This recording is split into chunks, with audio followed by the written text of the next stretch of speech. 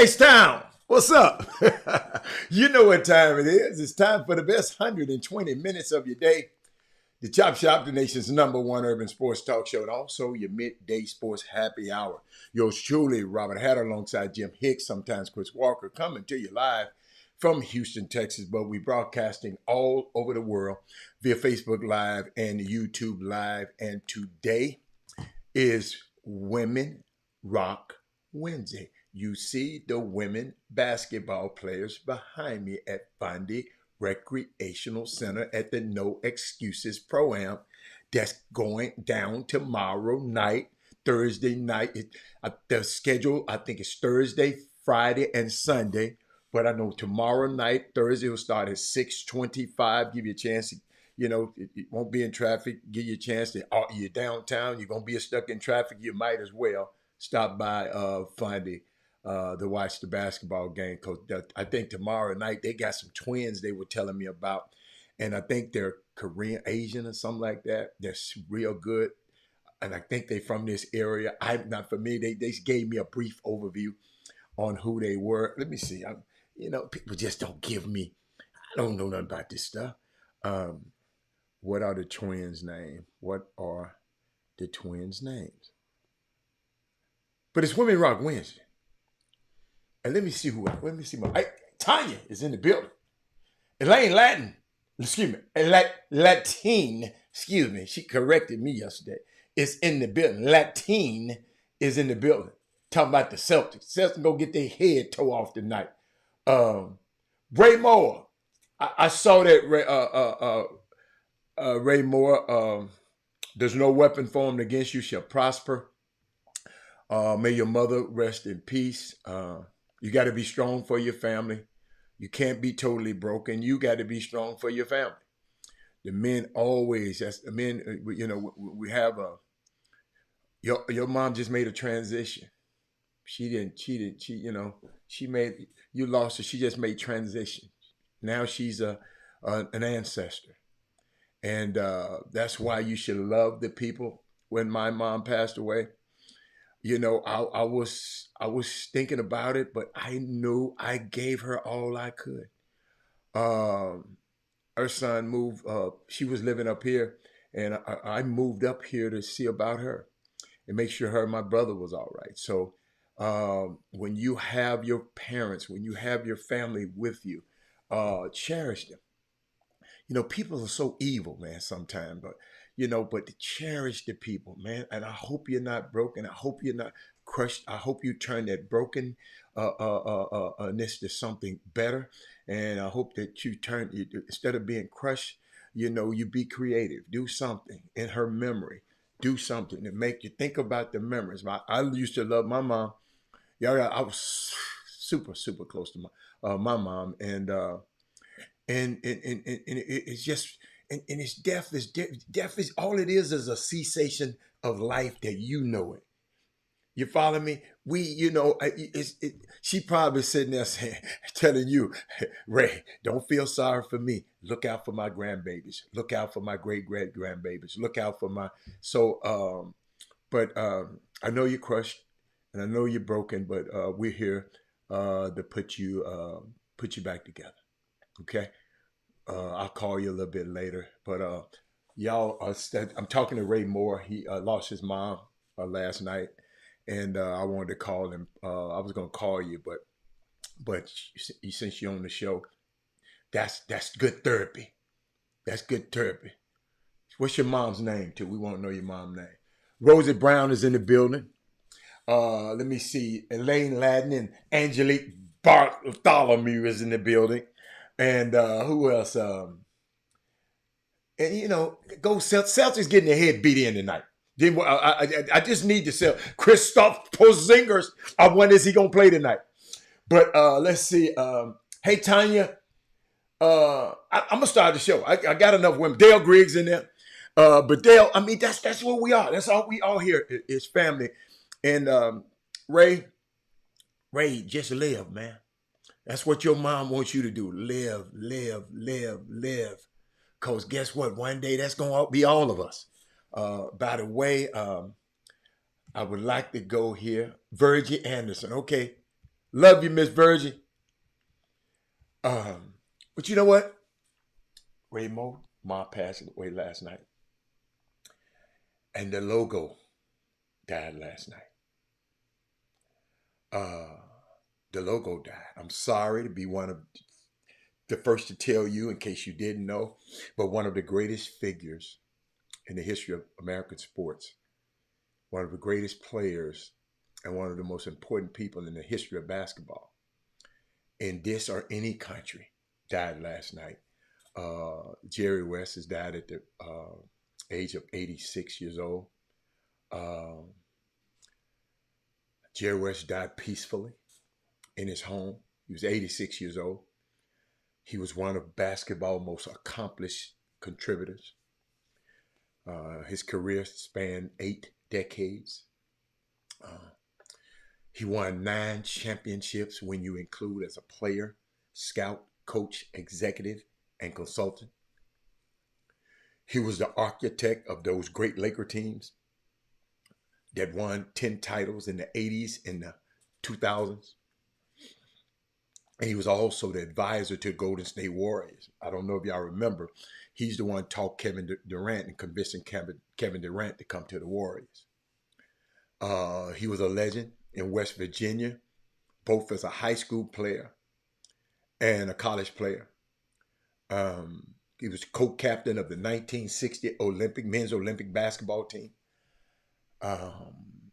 He made, listen to this, y'all, he made the all-star team in each of his 14 years in the NBA. 12 of all NBA selections, 5 all defensive team selections,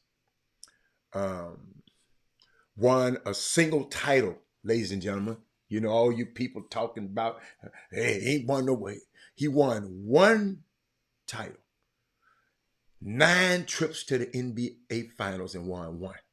That's how hard it is. He went up against the Celtics 6 times. It's hard to win an NBA championship. I keep telling y'all, when y'all try to discount these guys who don't have one, it's hard to win. It's hard. Celtics win tonight. Call me off air, Tony. Let's see. Let's make a small wager. Call me off air.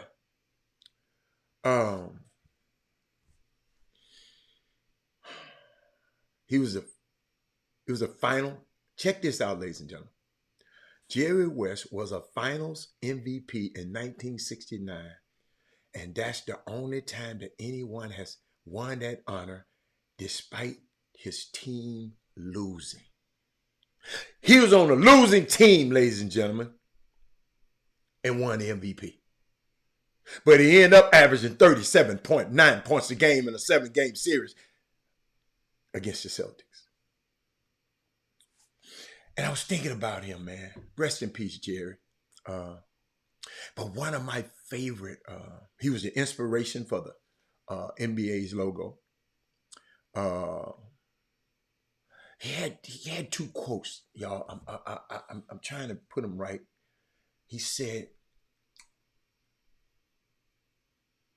in anything in life, you have to make hard choices. Sometimes addition by subtraction works better. What is popular is not always right. What is right is not always popular. And this is what you deal with in sports today. He was talking about, he said, all the bloggers, all the writers, look on the internet. This is going to happen. So-and-so is going to get these guys in free agency. But I never forget, he said a couple of things. I'm going to share some stuff with you. He said a couple of things that I just really want to share with y'all. Share the show, everybody. I think I shared it already. Share the show. This show finna be crazy. It's finna be crazy. I love this when he said this. That's who I am, but I was not afraid. And today, there are again, I was getting at the players that are drafted today, and everyone, competitive people, the word dog comes up a lot. That guy's a dog. That guy, well, I was a wolf, okay? I used to eat dogs. That's who I am, but I was not afraid. And today, again, I was getting at the players that are drafted today, and everyone, competitive people, the word dog comes up a lot. That guy's a dog. That guy, well, I was a wolf, okay? I used to eat dogs. That's who I am, but I was not afraid. And today, Think about that. All y'all talking about, he's a dog, he's a dog. Said, man, I was a wolf.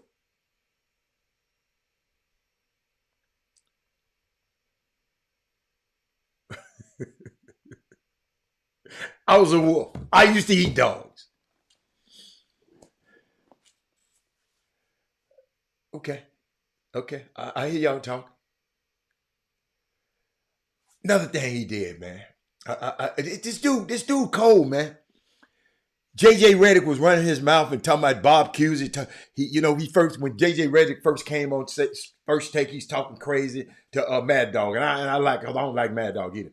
So he was talking to him. He was talking about y'all just played against talking about Bob Cousy and them played against a bunch of plumbers and insurance men. So Jerry heard that. Watch what he said.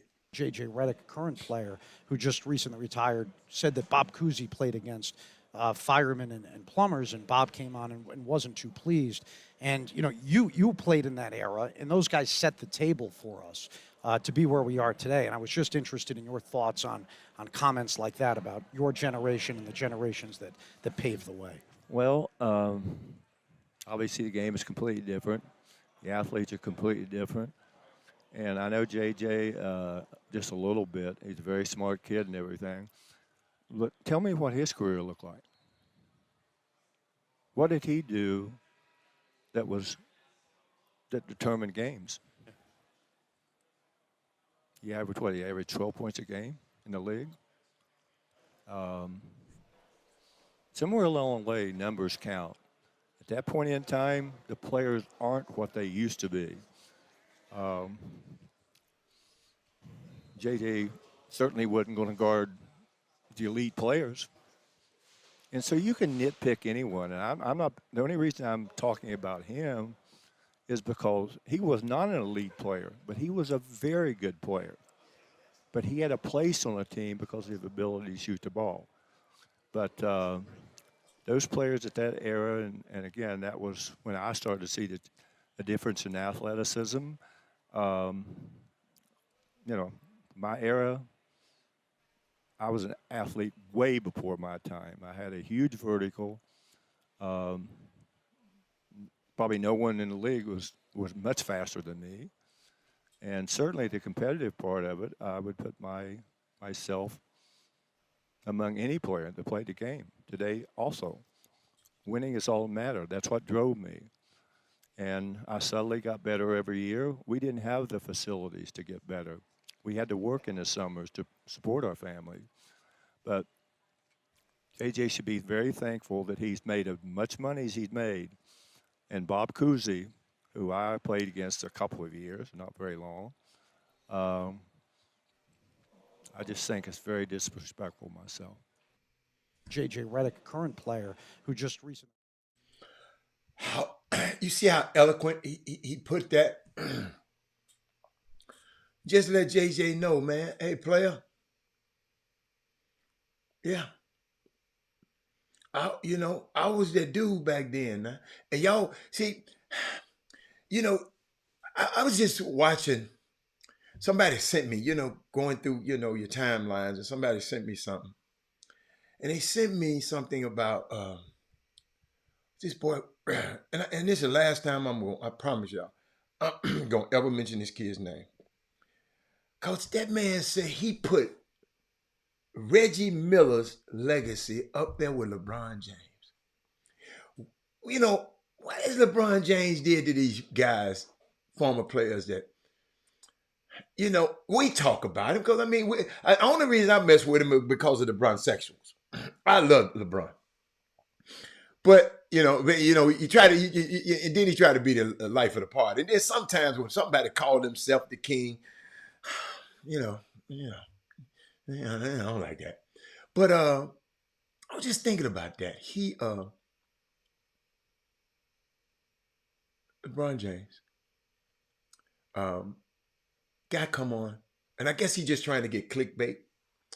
But I just don't understand people just saying the things. And then Jerry said another thing. I think I got another Jerry quote.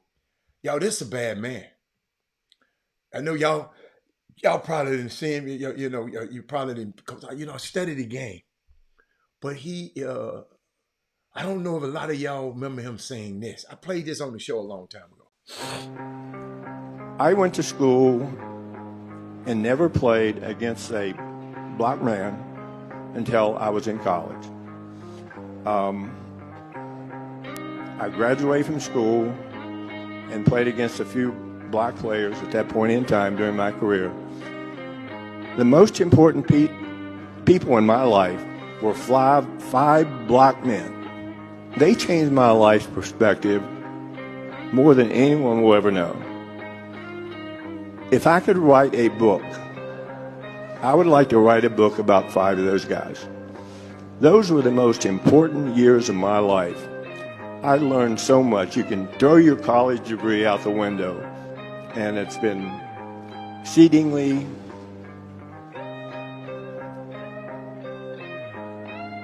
I wish I'd told them earlier.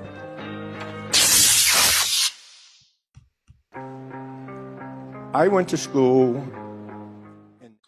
That's powerful. Share the show, everybody. My young people out there.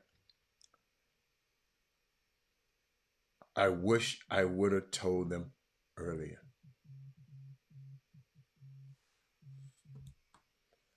I wish I would have told them earlier.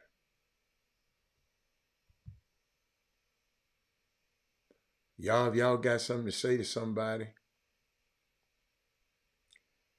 and got something to say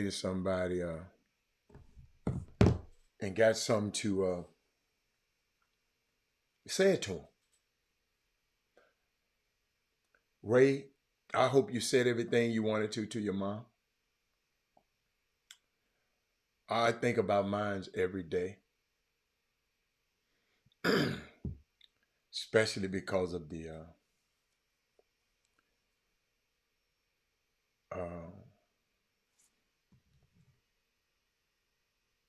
I don't know what these people talking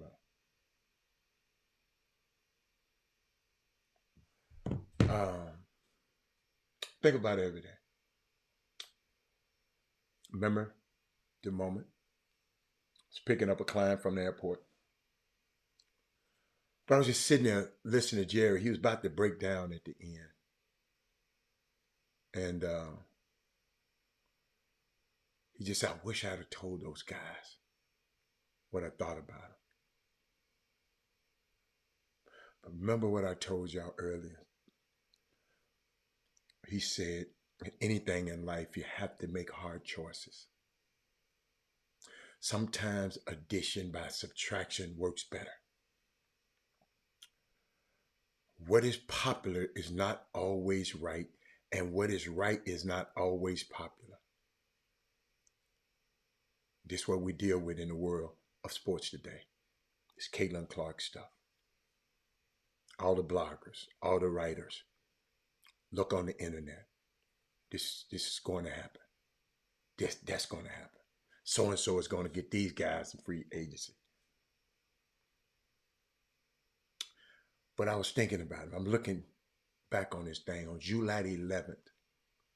Check this out. On July the 11th, 1996.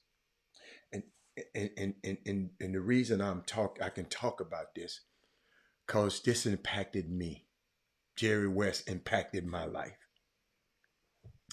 On July the 11th, my birthday, July 10th, 1996.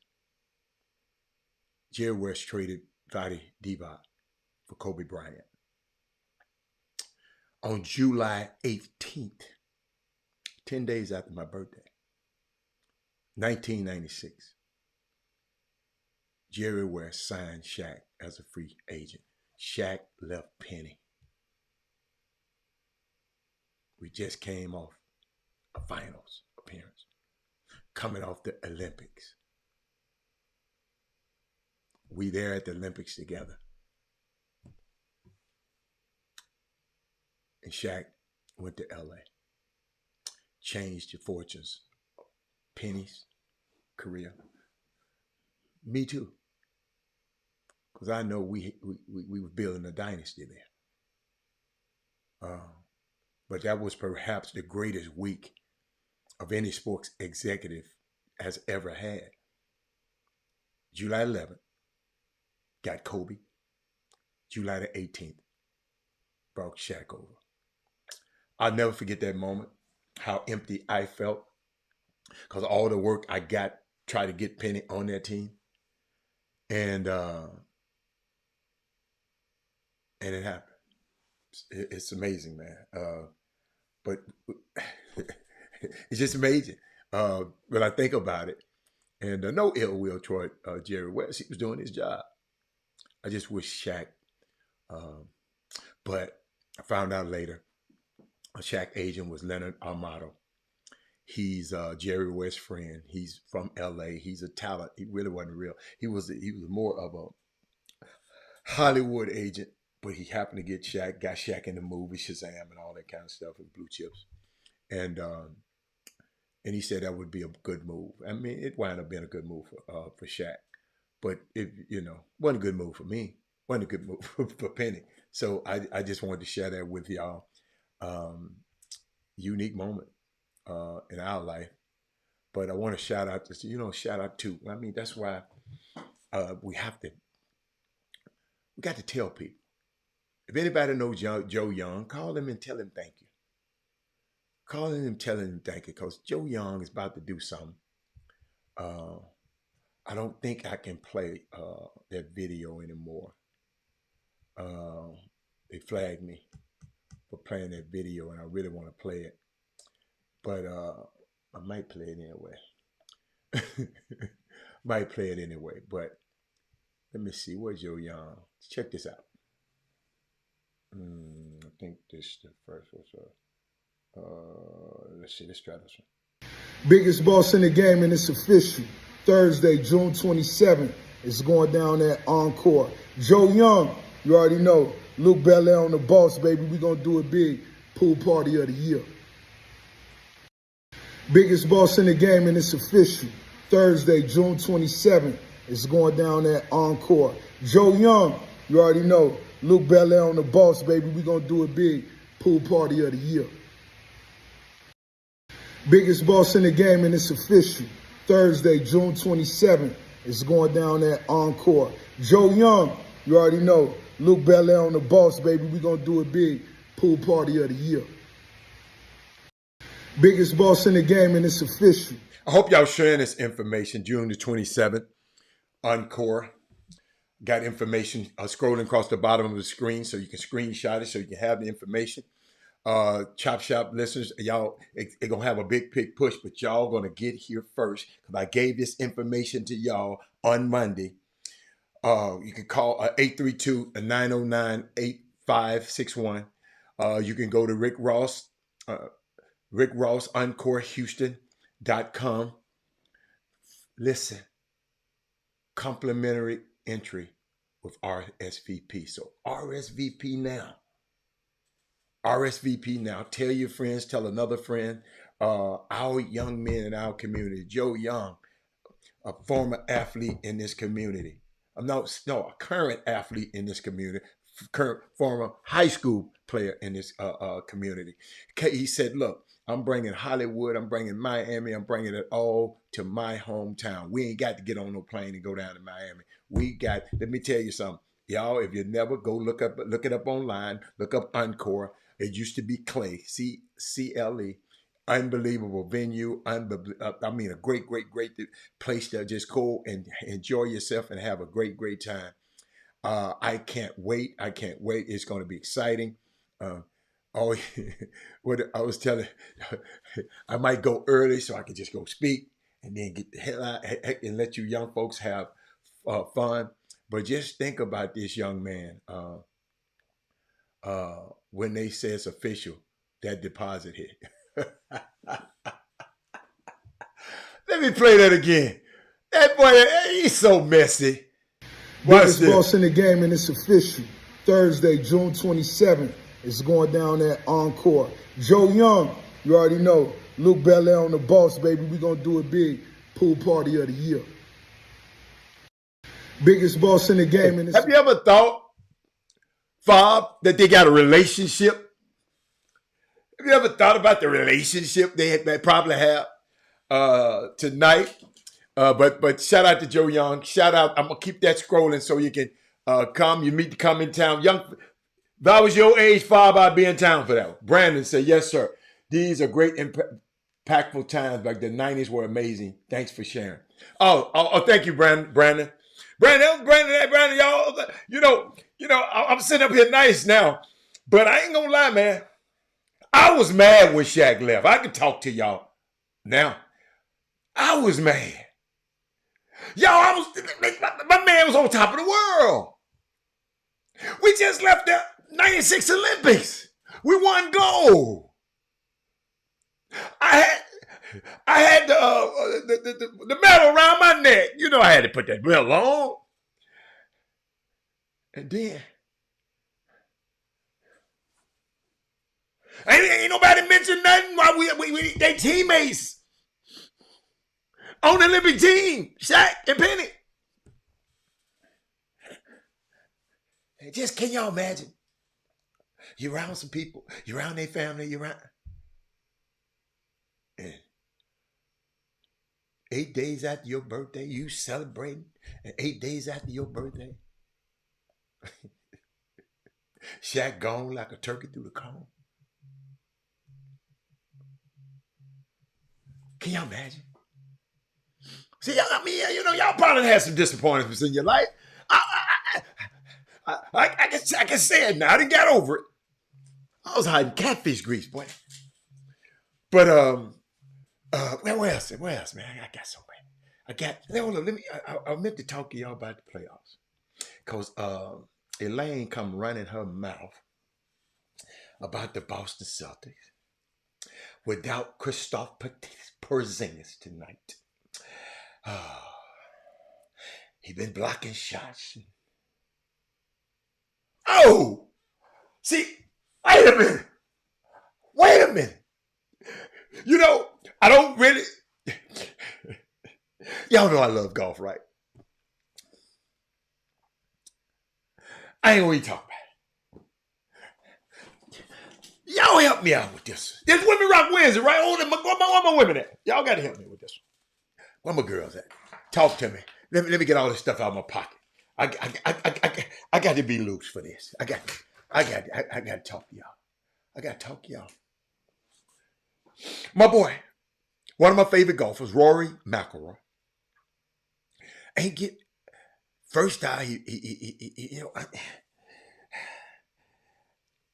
sometimes we always put stuff on a woman, but y'all see, he was engaged to this one girl. Wozniak. Why is it Wozniak? I forgot her name. One of them tennis players. Call that off. Married this girl. Hold up now.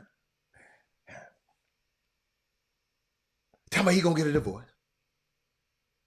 And now some come across my team. The divorce is called off. He reconciled with his wife.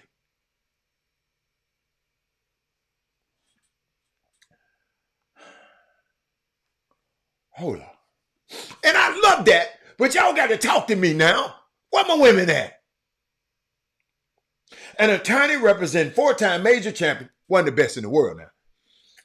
Rory McIlroy filed a motion Tuesday to voluntarily dismiss a divorce petition that he filed, the golfer filed on behalf in Florida court last month. It's just last month. What did somebody told his chief of the keep? What did happen? Y'all tell me. He said McEnroe told the Guardian of London on Tuesday that he had reconciled with his wife of 7 years, Erica Stoll. The case has been closed according to the court records. There have been rumors about my personal life recently, which is unfortunate. McEnroe said in a statement, responding to each rumor, he said, it's a fool's game. Over the past week, Erica and I realized that our best future was as a family together. Boy, I like that. Thankfully, we have resolved our differences and looking forward to a new beginning. I like that. See, there he go. See, look at Favre. Y'all notice I didn't put none of those comments like Favre. He was messing around with a commentator. They said she was messing around with somebody too. But I wouldn't say that about her, but I just did. Man, I kind of like that, y'all. I didn't want to go there. It just popped up on my screen, y'all. This was not, man, I like that kid too.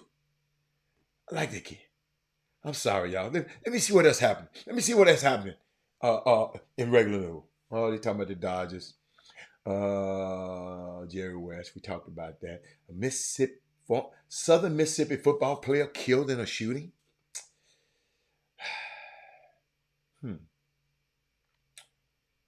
Porzingis rare injury. Javan. Hold up. I'm just going. I guess it ain't nothing happening. Millie Jackson blues song. If you're not back in love on Monday, let's go. I like that. Thank you, Sonya. Thank you, Sonya. I was waiting for somebody to say something. Share the show. You know what? I was waiting on somebody to say something. It took Sonya to give it to us right. Sonya. Oh, got something else for y'all. This is what we do for this community. It's Chop Shop. It's Chop Shop. Listen. Mark your calendars. It's our youth football camp. Vernon Dean and the Vernon Dean Foundation is giving a complimentary football camp. Guess what you learn at this camp? You learn basic fundamentals of football from Vernon Dean along with current and former NFL players. Had a great time with Vernon Dean yesterday. Great man, fun man. Let me tell you something. Young people, young men, get your young players, football players over there. He gonna change their life. Great man. Great leader. It's just fun, man. And he really listen, ladies and gentlemen. He really enjoy really doing these camps for these kids. He really, and shout out to that amazing team and the director of our board, Elaine Latine, and other board members, Angelique Bartholomew and Pam Carroll with PMC Legal. It's unique, man. He really liked doing them camps. Y'all got to see him out there. You know, some people just be out there. You know, I've seen some people at basketball camps. Some of the players, they just out there. Like guys like Patrick Beverly, Vernon Dean, they got a passion for teaching these young kids. Vernon Dean is a former NFL cornerback, a collegiate coach, and former UFL coach. And our special guest for that this great event is Truist Bank. They're going to come and talk to the kids about financial literacy. And we got Tara Petty. She's going to come talk to the kids about mental wellness. This is all on July the 11th from 9 a.m. to 1 p.m. Middle school and high school players at the A-Leaf Crump Stadium on High Star. and A-Leaf, you got to mark that down in your calendar. You owe it to yourself. Even if your son is a basketball player, if he in town, I want him to go there. I mean, and get this done. So,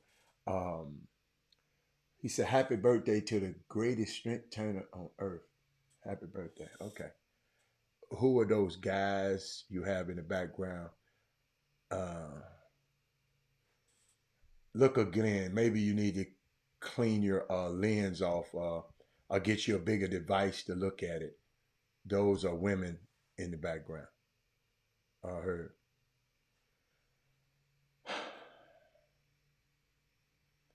I see Sheldon and Sheldon and the U.S. Team won. I don't even know where my women are today. Who I got? I got Kimber, Sonia. It's Women Rock Wednesday. I got Elaine and Angelique. Dale Griggs in there. Let me see. It's all right. Y'all women gonna let the men take over Women Rock Wednesday. Unbelievable. But tonight, Dallas Mavericks, Boston Celtics, 7:30. Can't wait. Just want to see what's going to happen. Is Boston going to sweep them? I mean, bad break for the Boston Celtics. Bad break for Boston. Does the injury open the door up for Big D? Was thinking about that boy Drew Holiday. They better do something to stop that boy. I'm watching. I'm just watching this thing, and I'm most serious. I don't know what the heck they got into Kyrie Irving. I'm serious. I don't know what the heck they got into Kyrie Irving, man. I just can't make a shot. Yeah, he can't make a shot. He looked a little unsure. He dribbling the ball. He's one of the most sure-handed dribblers I ever seen, and he missed dribbling the ball on the baseline on the side. I just don't know. I hope they don't sweep, but if Dallas don't win tonight, it's a sweep. Yes. Praying for you and your family, Ray Moore. Yes. Alpha, you're a little late. We had a whole tribute to Jerry West. Just scroll back later and you take a look at it. But you know what? I was thinking about something the other day. You know, I like to share certain stuff on Women Rock Wednesday. I don't know if Jimmy coming on or not, because he was telling me about, but he did give me some information that he wanted me to share with y'all, but I have to go to where he sent it to me. Sylvia, where you at? Not you, Siri.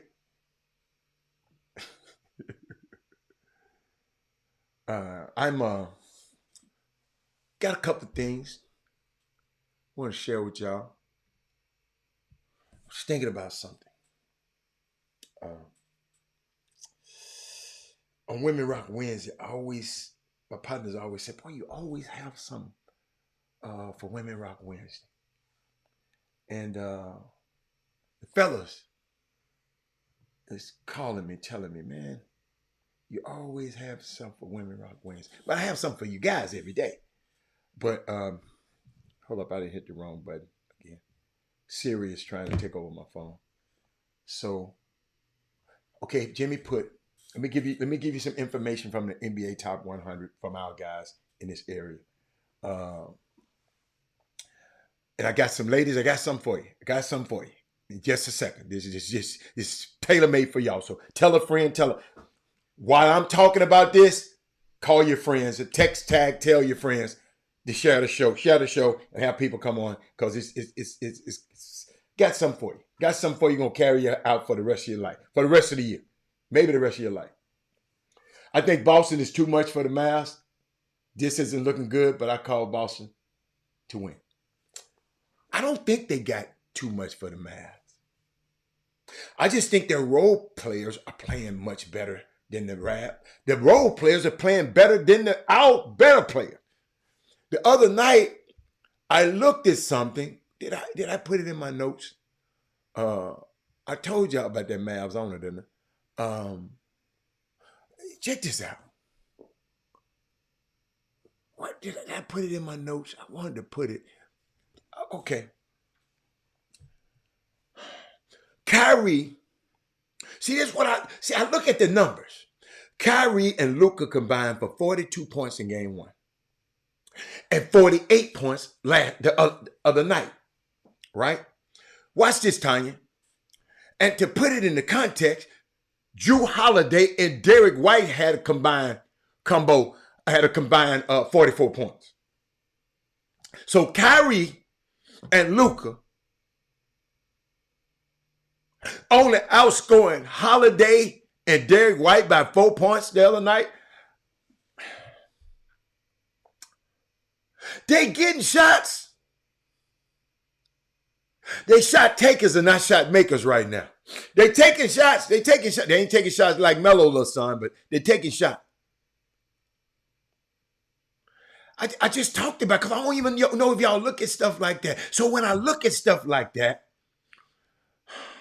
that second game could have been won if Kyrie just played a little bit better. Luke was just 7 turnovers. You can't have 7 turnovers in the finals, man. Not one person. Kyrie had just gotten off to a rough start, man. 14 points, 2 rebounds, 4 assists. 13 of 37 from the field goal, 0 for 8 in the 3-point. And then you think, now, if Kyrie played like that, you're right. But all he had to do is play a little bit better. Not much.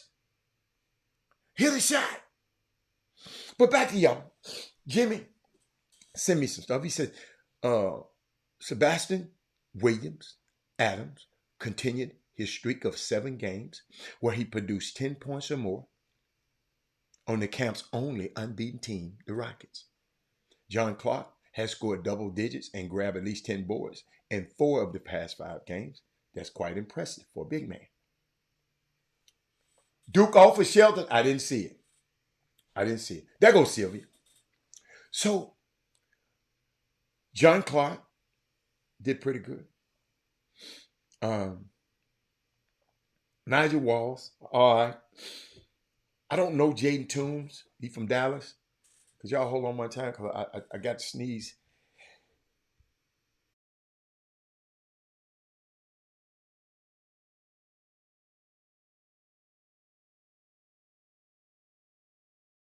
Excuse me, let me play something for y'all right quick. Hold on 1 second. I got some in the air. Hold on.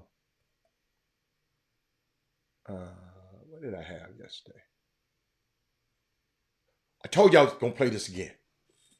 I started this by saying elections matter, but I think people need to get their Democrats and just Americans in general, independents, Republicans who care about being a democracy, need to wrap their minds around the fact that if Donald Trump becomes president, Samuel Alito and Clarence Thomas will immediately retire. They're both in their 70s. They want to retire under a Republican. We now know they are naked partisans. They're not jurists by any stretch of the imagination.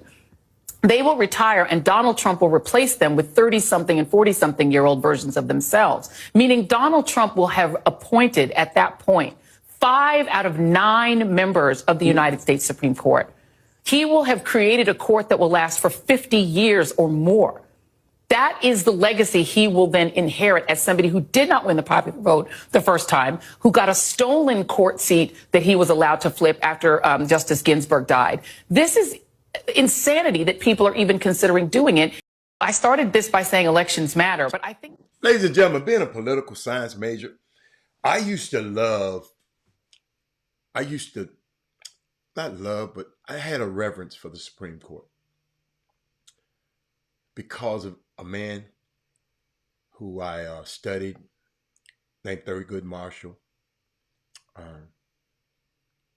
I just studied him and just watched his plight and the things he did for people that look like you and I. And to see this court being such a mess, that the court. See, the problem, ladies and gentlemen, in case you didn't know, the reason the court put it like this. I'm going to put it where the goat can get it. In the Constitution, it had parameters for what the Congress can do and the and the executive branch, what the president can do. It didn't say nothing about what the rules that the Supreme Court should abide by. Nothing. So, the most powerful influence on how we live, the Supreme Court, if this fool wins, he and his influence can have 5 of the 9. That's why they was trying to raise it so we can get more, because it ain't no rules for how many Supreme Court judges. It used to be 6, then it was 9. It ain't no rules. It can be as many. And did y'all know you don't have to be a lawyer to be on the Supreme Court? Go Google it. The reason I talk about that is important because a lot of us just don't know. And it affects us, but we don't think it affects us. Affirmative action shut down because some rich people. See, the Supreme Court can be bought now.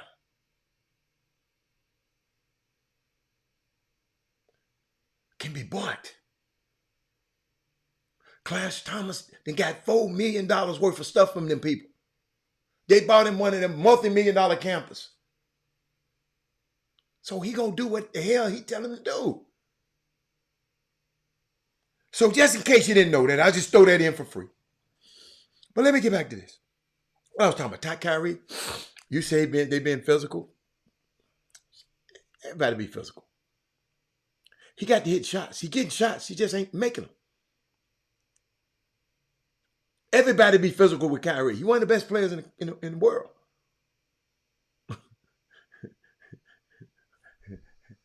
Anthony and them, what the one? Anthony Edwards and them was physical with him. Several different people on it. So, but I was thinking about something yesterday, y'all. I was thinking about us, thinking about this community, you know. Boy, I just, you know, going down my list. Thought about Will Smith. Thought about Monica McNutt. Thought about USA basketball. Thought about Kaylin Clark. The transfer portal. I'm just going down. I saw, but you know what I thought about?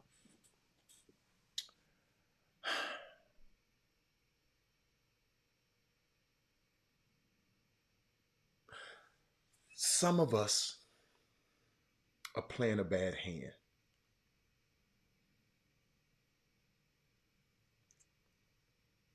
Some of you are holding on to a joker right now.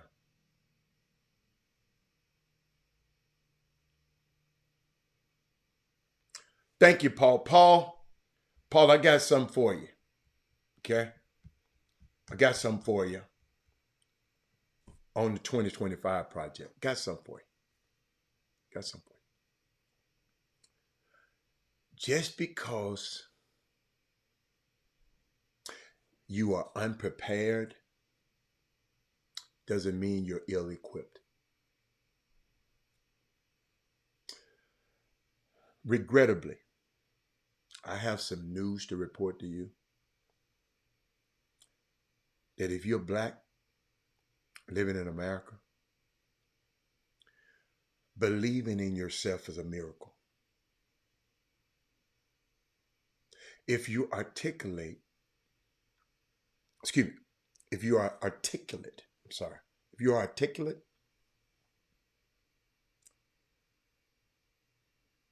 they say you're talking white. If you're smart, they think you're an exception. If you're tall, they think the only thing you can become is an athlete. If you're sitting in first class, they assume you're an athlete or entertainer. If you're accomplished, they think you're arrogant. If you're shapely, they think you're loose.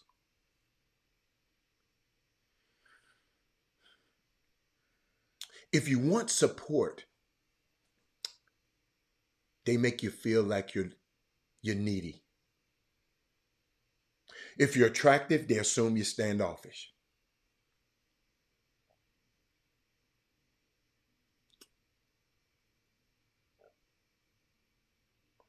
If you have acquisitions, you got stuff, they assume that you're a thief.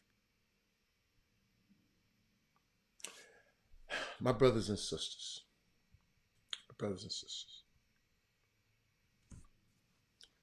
you have defied 400 years of slavery. You have survived the auction blocks, the Middle Passage, segregation, lynching, Jim Crow, and a MAGA cult. You survived it. I'm going to tell you why. By participating in the revolutionary act of just believing in yourself. I believe in myself. And I hope every one of y'all saying it right now. I hope you say you believe in yourself. I know many of y'all, this is probably the first time you ever said it. I talked to a person the other day, Craig, and he didn't believe in himself. He never told himself that he believed in himself, Paul, Sonia. I talked to a woman, she didn't believe in herself. But I said, even though the odds are against me, and the odds are against you, statistics are against you, the status quo is against you, Republicans are against you, racists are against you, Zionists are against you. I told him, man, you got to believe in yourself. See, when I come on here talking about, y'all, these are lived experiences that I'm sharing with y'all.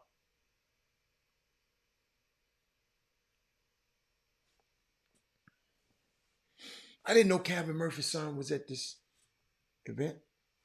I didn't know. I'm just looking over there. I'm looking at the names on here.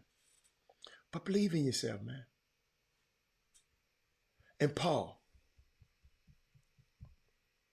because a lot of people haven't went and looked up what the 2025 project is, and a lot of people don't care because all they worry about is the 2025 high school prospect.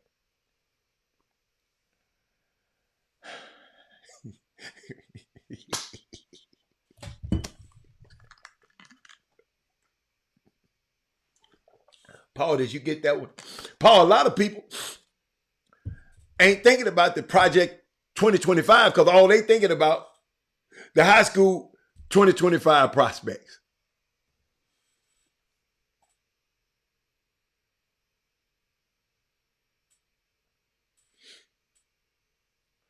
But great players make shots that are heavily contested, Kevin Lewis. Great players. And they can't just let Drew Holiday come. Y'all, so see, they done drugged me back in to the Boston Celtics. See, I'm telling them something about life, but I'm gonna let them drag me back. This is what I like. Let me explain something to you. Let me explain something. Since you won't talk about Kyrie. Now one of y'all said, well, the defense need to get better. Kevin Lewis.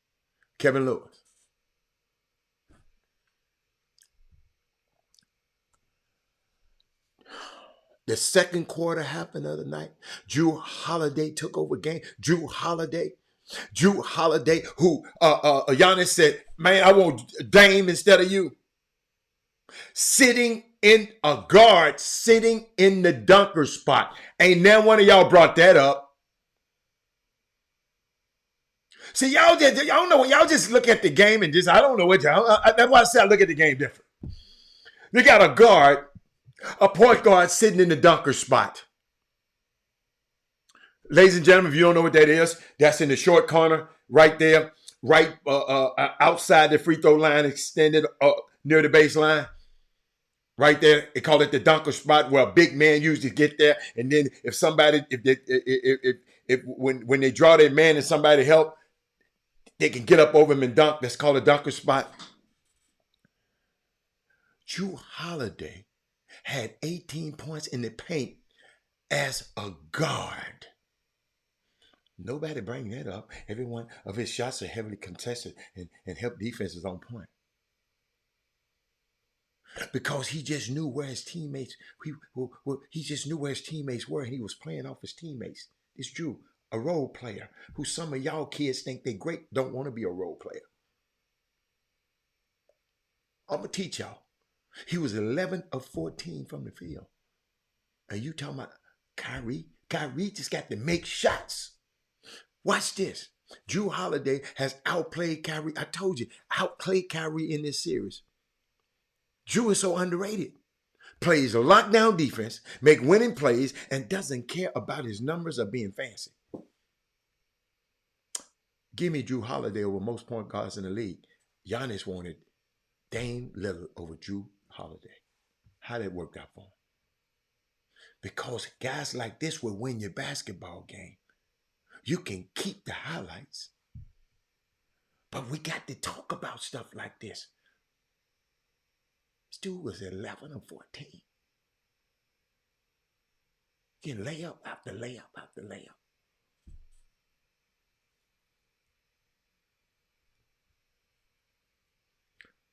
Now, what was I talking about? Paul Miranda, just for Paul. Paul. Hold up, Paul. They just sent me something. Paul. I was talking about playing a bad hand.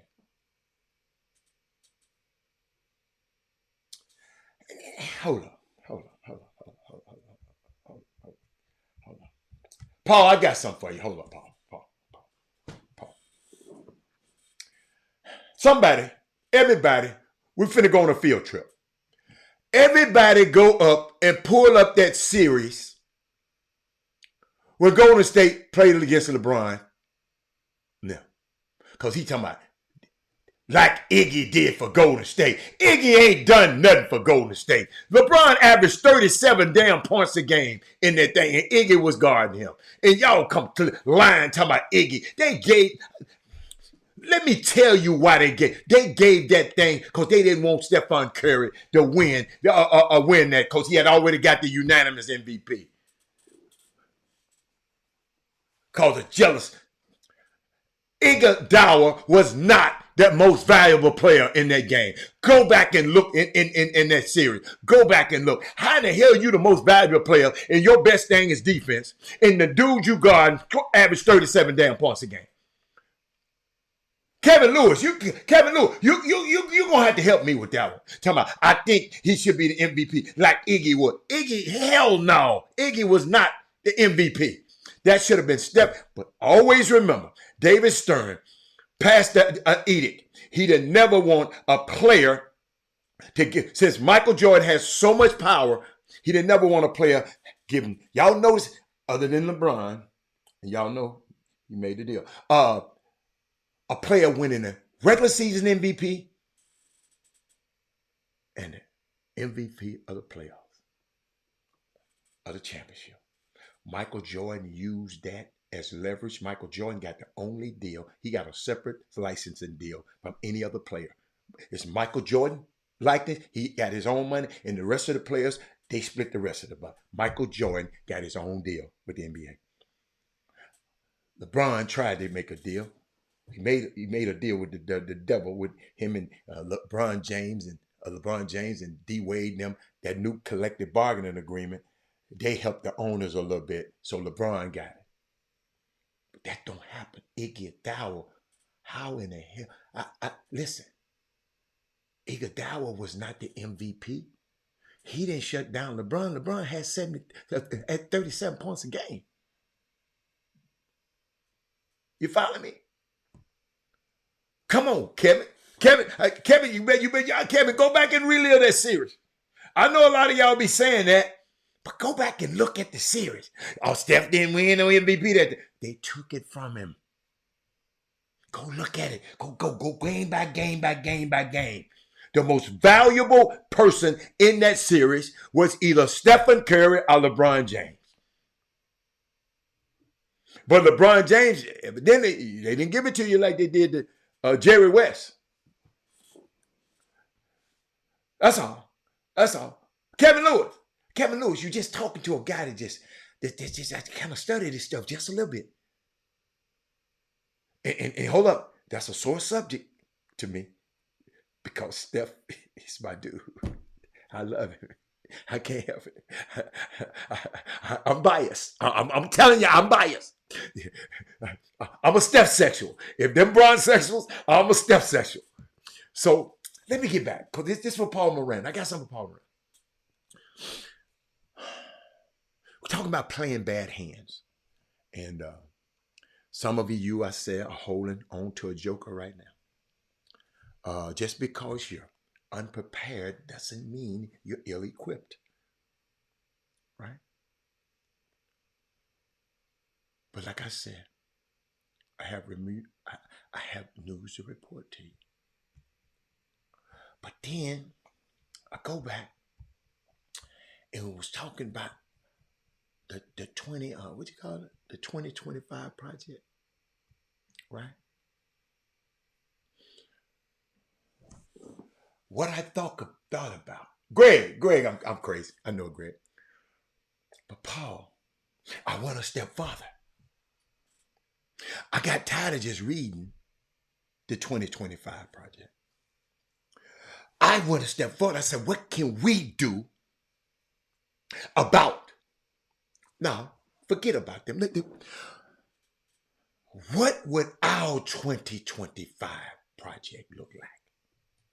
The Chop Shop, the Boom Boom Room, the Malcolm Hall, Melvin Dukes. I got to get y'all to start thinking like this because if we keep worrying about these kids playing basketball, they're gonna outlaw basketball. Then what y'all gonna do? Because black people is dominating, they're gonna outlaw y'all. They're gonna say, if you don't look like Caitlin Clark, you can't play basketball. Y'all think I'm playing? Told y'all months ago, 2025 project, them folks ain't playing. But what would our project look like? If we had a plan to remake the government, that's what they're trying to do, remake the government, which we should, but we don't even have a plan to remake the government. We don't even have a plan to remake summer basketball. When I say y'all need to burn it, y'all get mad at me. Man, y'all get mad at me. Every day y'all finding out how filthy it is. Every day y'all finding out, y'all go to a camp, y'all go to supposed to be one of the most elite camps in the world. But daddy ball is prevalent. You got all these NBA guys, because they can be legacy, the most legacy kids ever. It used to be about 10, now it's 30. Just because their daddy played in the NBA. And they bring their ass in there and shooting all the damn balls. Why don't we have a plan? Summer basketball, let's get a plan. What would it look like, Boom Boom Room, if the Chop Shop had a plan? Don't wait on me. What would you want to remake the government? What would you want to remake this a summer basketball team? Here's your chance. Because all you do is complain about what's happening. You don't want to do nothing about it. Let's find out some things. If you wanted to remake summer basketball, what would you do?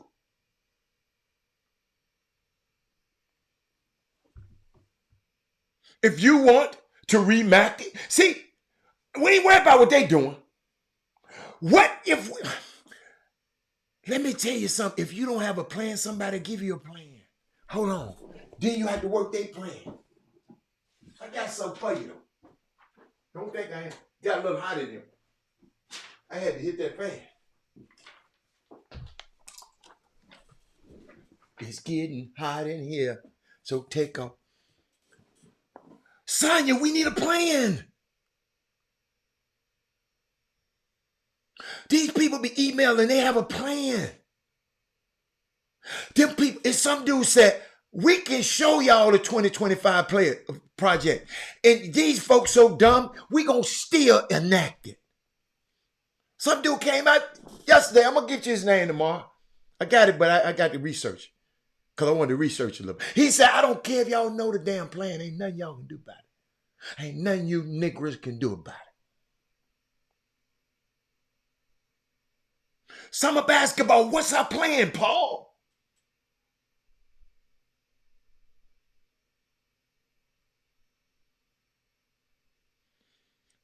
What's our plan? What would it look like? How would you make it better? I'm talking about work. I'm talking about in the government. How would you work the government that'll serve you better? What would you do? What would you do to serve your summer basketball? Summer basketball can serve you better and serve the community better.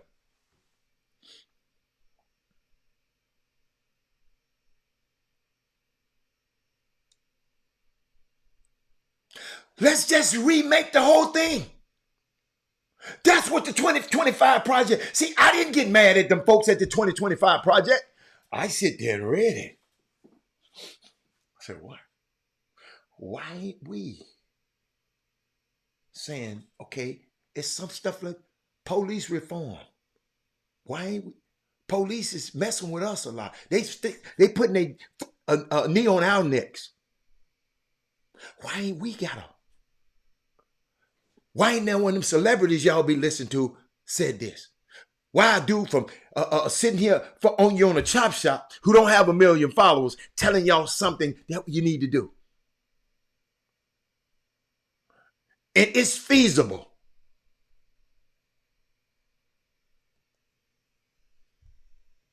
Summer basketball. What is it that you want to see? Boom, boom, boom. What is it you want to see in government? Give me some stuff. Put it up on the thing. I want to know. What you, y'all don't know nothing? Y'all don't know what y'all waiting on me?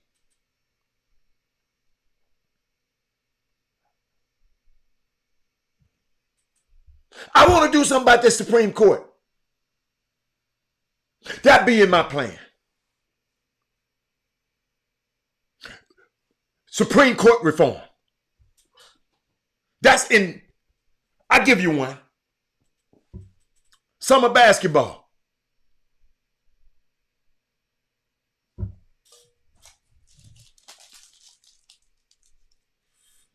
Got to think about it. Got so damn many. I know y'all waiting on me. I want y'all to think. And a lot of us, we talk about the 2025 plan. I had some friends who I turned on to they called me talking about it. But we just responding to their intentions. We are reacting to the stuff that they put out. But what are we doing? What are we doing? So it's to indicate that we, instead of being triggered, we got to move our concern about what we want to do, what we want done. I want to see reparations for our people. No taxes for our, absolutely. That's our project. Yes. I ain't talking about taxes though, but reparations. Give me the reparations. I'm going to pay some taxes. Absolutely. Congress should not be able to serve 8 years. They don't serve 8 years, man. Go look it up again. They don't serve 8 years. Go look it up. Trey. They don't serve. Term limits across the board. Okay. I got you. Even for the Supreme Court? I like that. See, And sometimes when you are so concerned about what other people are doing, you get wrapped up and tied up and tangled up in that.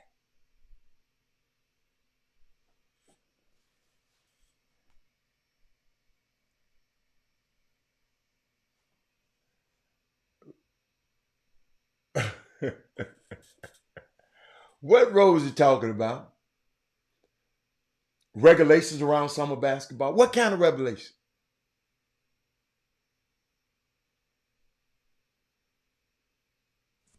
The U.S. government needs to stop sending billions of dollars overseas. Carrie, have you noticed, Carrie? Keith. Keith, is Sylvia your wife?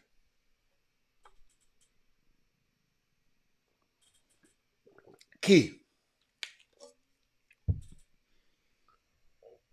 do you know we got a military base in every place in the world?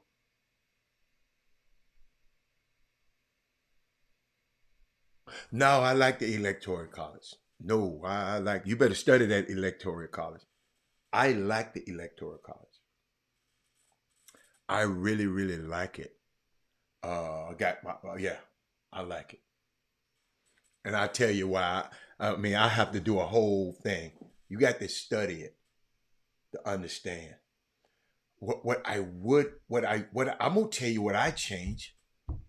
What I would change. I don't like the fact that Wyoming, who's not populated as Texas is, very dense population, got 2 senators, and Texas got this many people, and they got 2 senators. So their voice is just, with them small amount of people, is just as powerful as the voice all these people in Texas. Robert Keith. Oh, Keith. Man, Keith all right with me. Keith, hold up. I think Keith got to be the first. Hold up, this for Keith. It might be happen again now, but this for Keith right here now. Hold up. That's the first time a wife ever told me that her husband turned her on to the show. I think that's first time. Thank you, Keith. Thank you, Keith. They're my people right there. They're my people. Tanya, y'all got some good. Hey, we building an army around here, y'all. See, y'all, what happens, y'all got to remember. You remember what I told y'all earlier? Remember I told you what Jerry West said? Jerry West said, sometimes subtraction is addition. Sometimes some of these other people need to get out of the way. Well, let me go back and see what Jerry West said. I got to get out to y'all. But hold on. Let me stay here. Because I'm thinking about us. We got to start thinking like this, y'all. Everybody complaining about summer basketball. Everybody complaining. It's Sylvia. Y'all got to still help me. Sylvia, everybody complaining about this one venue and begging to use their venue. And it's raggedy. And I told you I saw a rat this damn big. I ain't going on that street no more. Tanya. See, Keith and Sylvia brought Tanya. That's why I like in the Bible, all them begot. He begot him. She begot him. Him begot him. And then he got Jesus. Now, what you said Rosie did? What Rosie do? Hold up, Rob. Rosie said he and Erica just came together so they didn't want to lose anything they had gained and decided to work on it. You talking about Rory McIlroy? I talked about that a long time ago.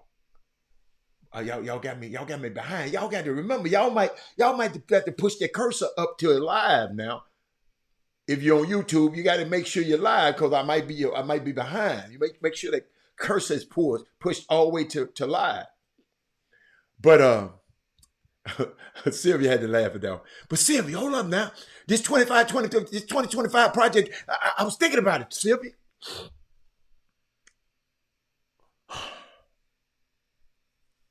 See, sometimes, Sylvia, we get so concerned about what other people doing. We get wrapped up and all tangled up, tied up, right? And forget to think about what you doing. What we doing? I want to ask you one more time. What would banking look like in the Chop Shop? Our summer basketball. What would banking look like? Let's say the Boom Boom Room. Y'all are affectionately call y'all the Boom Boom Room. So y'all were remaking America. Our summer basketball. What would our schools look like? You got a guy finding everybody. We got a guy that came in here and then took the library out of the school and made that a detention area. The library.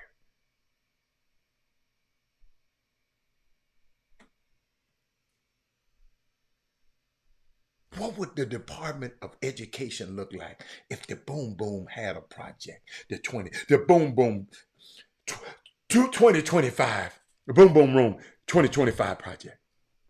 What would it look like? What would fair housing act like or look like in Chop Shop land? If we had a Chop Shop project of America, what would our healthcare system look like? Y'all talk to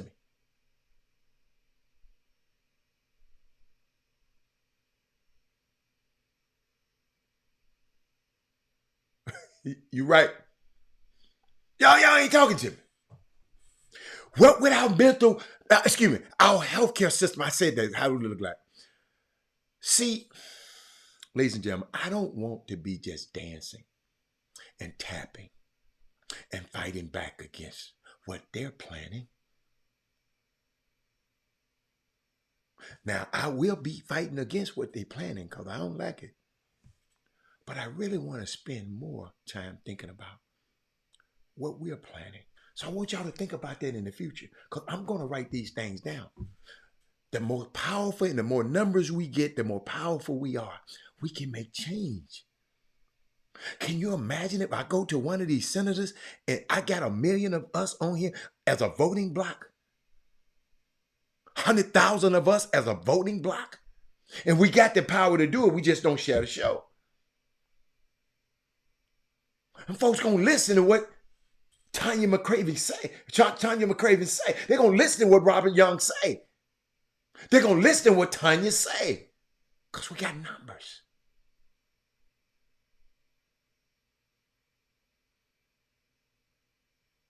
What would we do to change America? What would we do to change summer basketball, high school basketball? How would we shift what's happening today? I know that's powerful. I know it.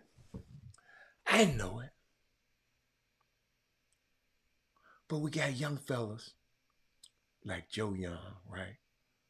And I'm going to play it again. They just going to have to be mad at me. Because I like that video. I know I can't play these people.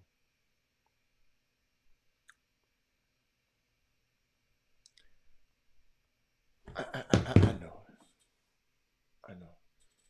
See, I like when y'all talk. Why haven't black people came together to real push for America? Dude, do y'all know how powerful this platform could be with y'all? But we got to get everybody on board. One thing we always said in my sister circle, we have to stay 2 steps ahead because while we're sleeping, they're meeting. Absolutely. There's power in numbers. That's why I tell you to share the show. It's not for me. I don't want to get famous. I just want to be wealthy. I don't want to be famous. See, I don't even want to hear that. Malcolm, don't never say that. Words mean something. Don't ever say what we are the most. No, we're not. ever, at Malcolm, words are very important, Malcolm. And I'm not going to put them on the screen. I just want you to rethink. Don't ever say that again. See if you can never say that again in your life. I never talk about how divided we are.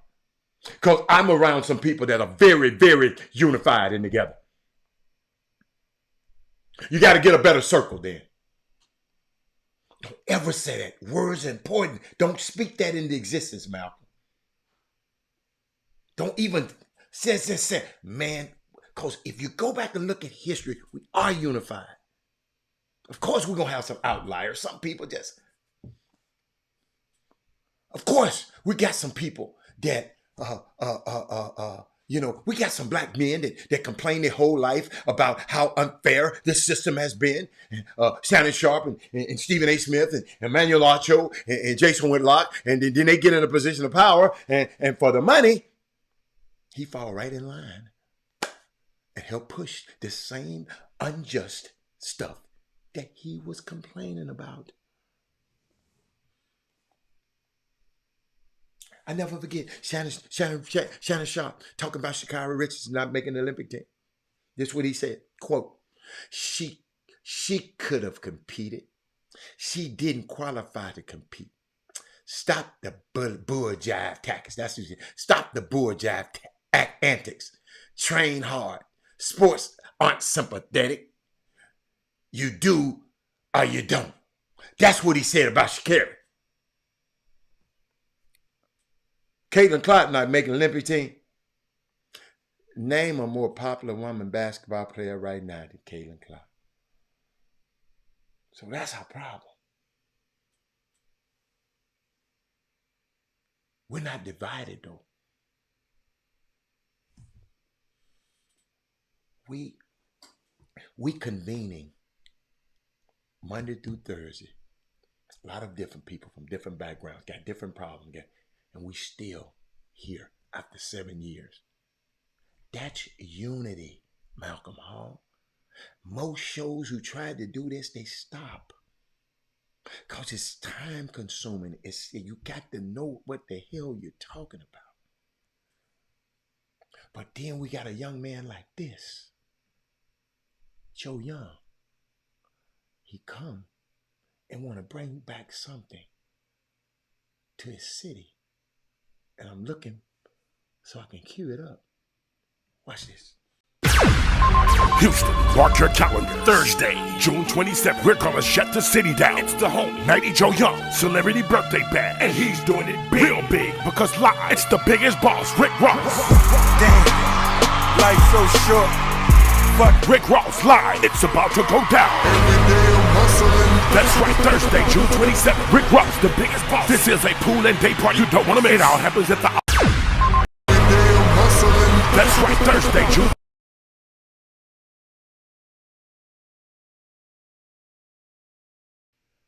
That's the best part of the video right there. Hold on, y'all. 27th, Hold on. Ross, the Hold on. biggest boss. This is a Hold on. This women rock pool win. and day party. Don't want to miss. It all happens at the all-new Encore Houston Beach Club, 2301 Main Street. Doors open at 1 p.m. and party till 10 p.m. And since it's June 27th, live in concert, Little Kiki. I'm draped up and dripped out, know what I'm talking. It's Mighty Joe Young, celebrity birthday. And just in case y'all just think, well, they talk about the celebrities gonna come. Hold on. Watch this. Biggest boss in the game, and it's official. Thursday, June 27th. It's going down at Encore. Joe Young, you already know. Luke Belair on the boss, baby. We're going to do it big. Pool party of the year. Biggest boss in the game, and it's official. Thursday, June 27th. It's going down at Encore. Joe Young, you already know. Luke Belair on the boss, baby. We're going to do it big. Pool party of the year. Biggest boss in the game, and it's official. Thursday, June 27th. He said, every day I'm hustling. Hey. Look, Kiki. Hey, man, let me tell you something. Thank you again, Joe Young. Thank you for everybody who have everything to do with it. I mean, I'm just shout out to them people. Y'all, I can't wait. I just love when our young men just grow up, you see him as a little boy, then he grow up, and now he's a baller and a shot caller. And he said, look, instead of taking all my friends to Miami out of LA, let me bring LA. And y'all already know everybody gonna come. The other people, the other celebrities gonna just come. Cause what? They want to be here and celebrate with Joe. So I think that is unbelievable. I can't wait. I want Houston to make sure you get out, especially the Chop Shop people. And tomorrow, I'll talk about it again tomorrow. The Pro-Am starts at 6:25. Do anybody on here, Trey Phillips, do you know who Kaylin Trong is? Because I'm about to click on her. Her name, Kaylin Trong. Let me tell you a little bit. Oh, look. She's a twin. Kaylin Trong. She played at Gonzaga University. Let me see. She's playing in the Pro-Am tomorrow night. So, she got Kylie. Hold on. It's two of them? No, Kylie. Okay, it's Kylie. Okay. I thought it was two of them. Yes, it's two of them. Kaylin and Kylie. Sure is. Kylie played for, hold on. She played for the Washington Mystics, but she got cut. Okay, that's Kaylin. Both of them playing in the Pro-Am tomorrow? Casey, what are you doing? The other sister, Kylie, played a Gonzaga. They there tomorrow night. Wow. Have anybody heard of him? Anybody seen him play? Trey Phillips. Hold on. Let me text Trey Phillips. He might be doing something. Trey. Hey, when I need my women basketball people on here, they're not here. They're not here. Wait a minute. Trey Phillips. Hold on. Man, hold on, man. Have you heard of the Tron? Hold up. I spell that name again. I don't want to mess the name up. Y'all know I want to get these girls' name, right? The Tron sisters. Hold on. Okay. TRU. Okay, twins. See that? I have to do all this myself. Yeah. What was I? Let me see where. I want to share women. I had a woman I think that rocks. And I don't think a lot of us know, because Stephen A. Smith think he'd have made these girls that made I don't think they can shoot the ball. I think they took Jersey Village to the Thank you, Angel. Where you been, man? Thank you, Angel. He said they can shoot that ball. Well, they're gonna be shooting the ball tomorrow night. Angel, you come to the Pro-Am tomorrow night, it's all on me. You don't have to pay it again. I got you. Complimentary access. The Twins play the Jersey Village. Thank you, man. 1 year, Cy Creek didn't win the district. Those Twins won it. Okay, I like that. Okay. The Trong sisters tomorrow. I got to go see it. I got to see it. It was something else I wanted to show y'all. Something else. Angel. I was thinking about, Stephen A. Talking about these women. Andrea Carter, who's very, very accomplished. Let me tell you something. Andrea Carter and this girl, Monica McNutt. But I was thinking about something. Yeah, I got him at the door. I got him. Hey, Branch, I got him at the door. Just go to the front door and say, I'm here for Robert Hatter, and watch what they do to you. You might get a VIP band, though. I ain't gonna tell you no lie now. They kind of like me a little bit over there. But Monica McNutt, y'all, she opened up about the miscalculations in Stephen A. Smith argument, kerfuffle of disagreement, right? She said, and I hate she have to do this, because Stephen A. Smith shouldn't have put this woman in this, but something good. You know how they do something for bad and God turn it into good. She made Jon Stewart wanted on his show the other day. But I noticed she'd been on Get Up, but she hadn't been back on First Take after they brought her back the next day. Save face, coach. But Stephen A was acting like he was acting different that day. So she said, I think my miscalculation was assuming. What my young women out there, what my young men out there, that the relationship had enough depth to challenge. Man, I need some water so bad right now. And I ran out of water. Don't have good help no more, y'all. My help me left me. She said, I think, now this was a few days ago. She said, I think my miscalculations was assuming that the relationship between him and her had enough depth to challenge him. That's why I love for y'all to challenge me. I love for my friends to challenge me because I'm coming right back at the ass. Monica McNutt, last week, she did what few at ESPN ever do these days by questioning Stephen A. Smith over his and First Take lack of women WNBA coverage before the arrival of Caitlin Clark this season. Right? Just bring this. And I'm just coming. I don't want to rehash it, but it's Women Rock Wednesday, so I want to come up. Y'all, this could happen to your daughter. Y'all got to realize, it's a young lady that interned on this show. Remember I told you this right now? Nicole Hutchinson. She gonna be in that position. Rewind, press play. Nicole Hutchinson. Just like when I first saw Monica McNutt, I called Chris Walker immediately when the show had just went off. I said, what did I say? I said, man, that girl is unbelievable the way I just sit there. Chris, she gonna be a star. This couple of years ago. I know I'm gonna see him, y'all. But I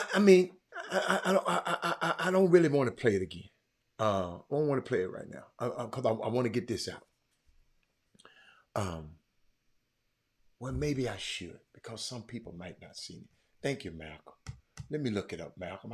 Malcolm, you done send me back in the archive. Wait, Malcolm. See what I do for my people, man. Malcolm. Okay, here we go.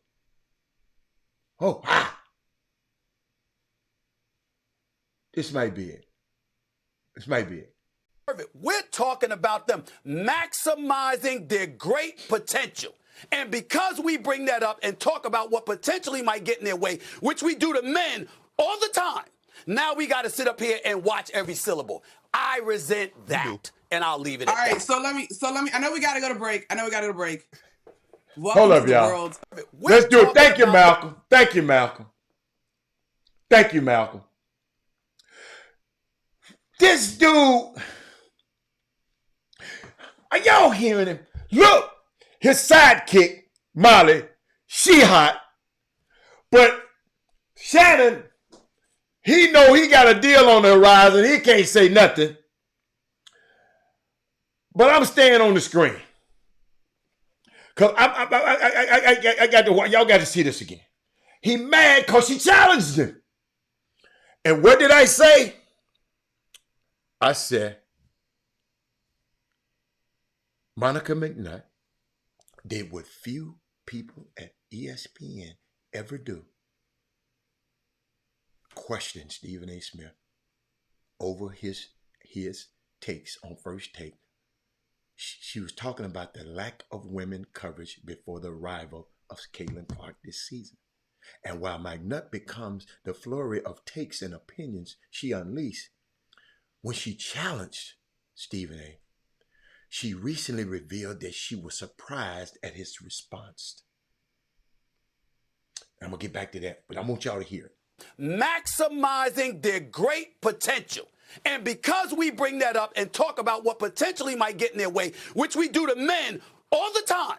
But you talk about men's sports all the time, dude, so that was unnecessary. Now we got to sit up here and watch. That's what she's saying. Syllable. I resent that. I resent that. And I'll leave it at All right, that. so let me.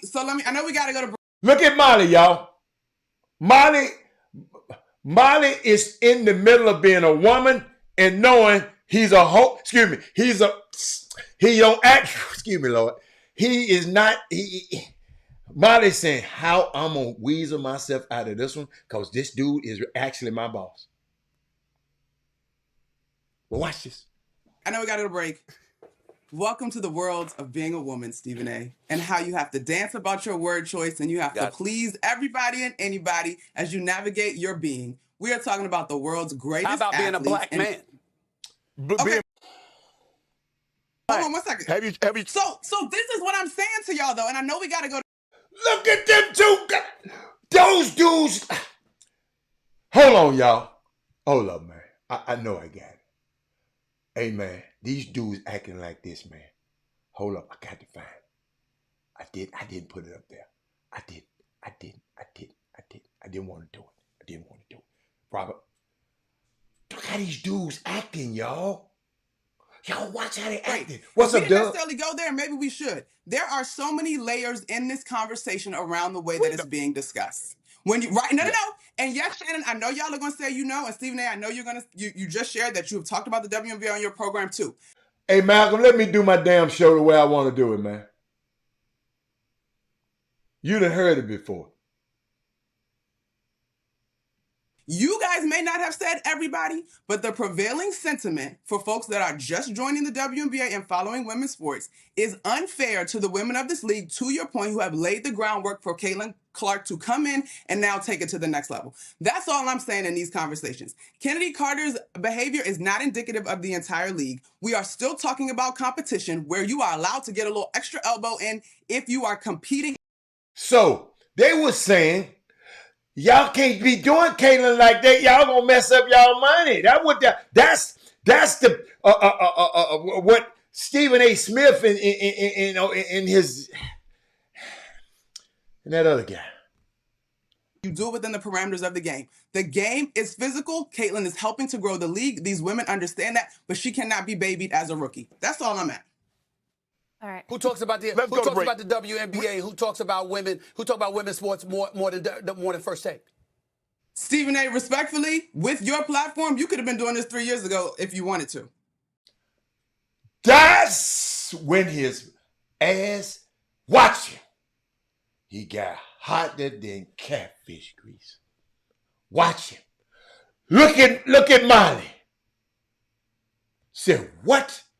Look at Shannon. Watch it. Watch it. Wow. All right, we got to go to.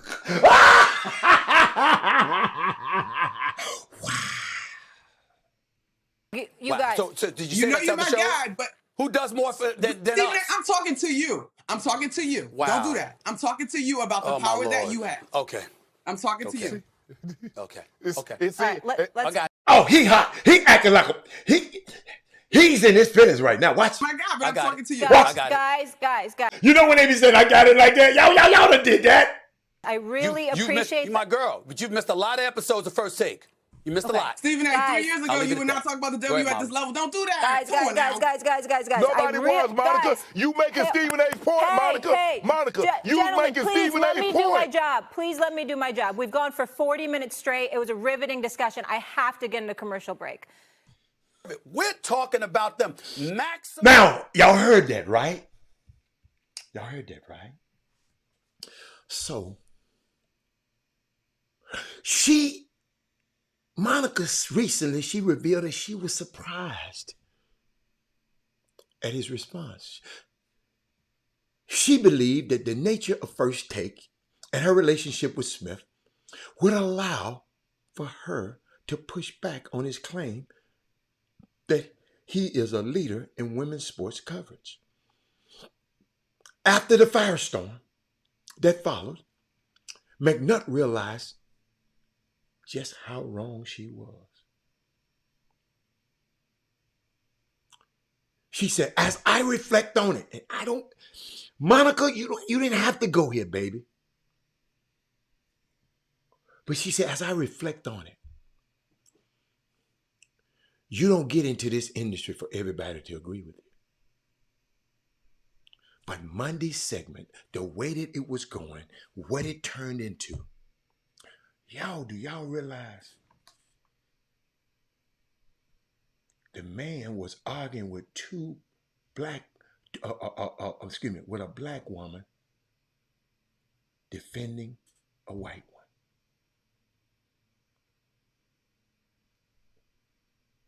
They ain't gonna fire her player because he didn't hire her. ESPN hired her. She on everything. She's about to blow up Willie Sullivan. She don't need to go on his show. I think all of these girls should get their own show and blow that little mess out the water.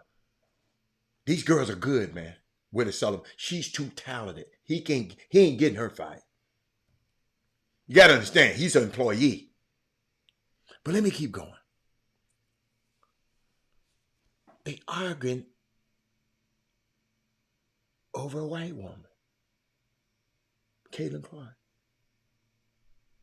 He arguing with a woman that played the game at a high level and called the games for the Knicks and everybody. This was a woman calling the games for the Knicks. The Knicks can get anybody in New York to call the game. She is the voice of the Knicks. She is the she is the analyst for the Knicks. A lot of y'all didn't know that. The New York Knicks.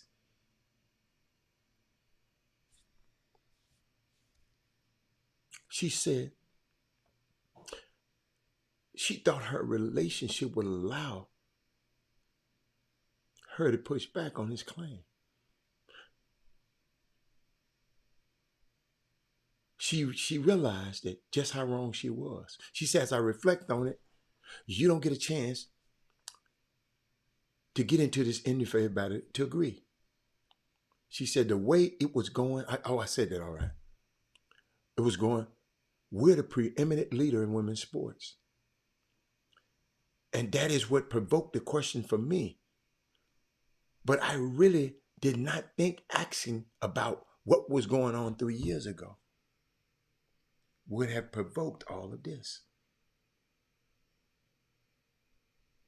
She said, who was clearly bothered, and you can see, when Stephen A. Smith claims turned fraudulent. She said, because to me, it's a layup for him. We weren't here, but we were here now. That's all he had to do. She said, I served him something. But he acting like a...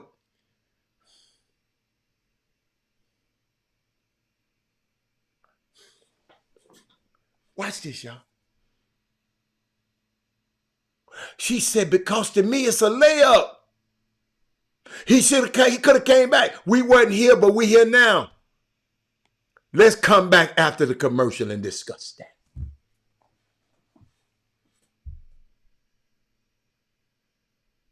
Even if we get into the ratings, she said, this is where I've been in this basketball space. She said, I've been privy to the conversation to pitch and ask and try to carve out a room to celebrate these women that deserve coverage with and without Caitlin Clark.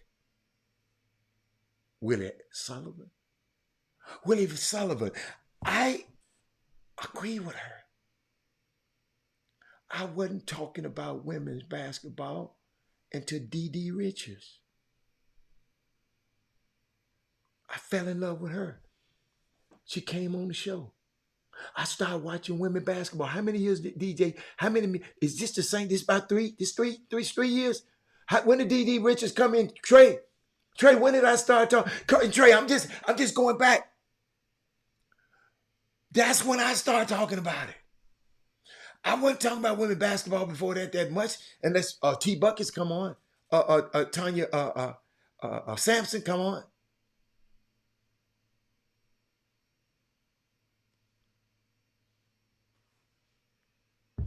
Y'all feeling me?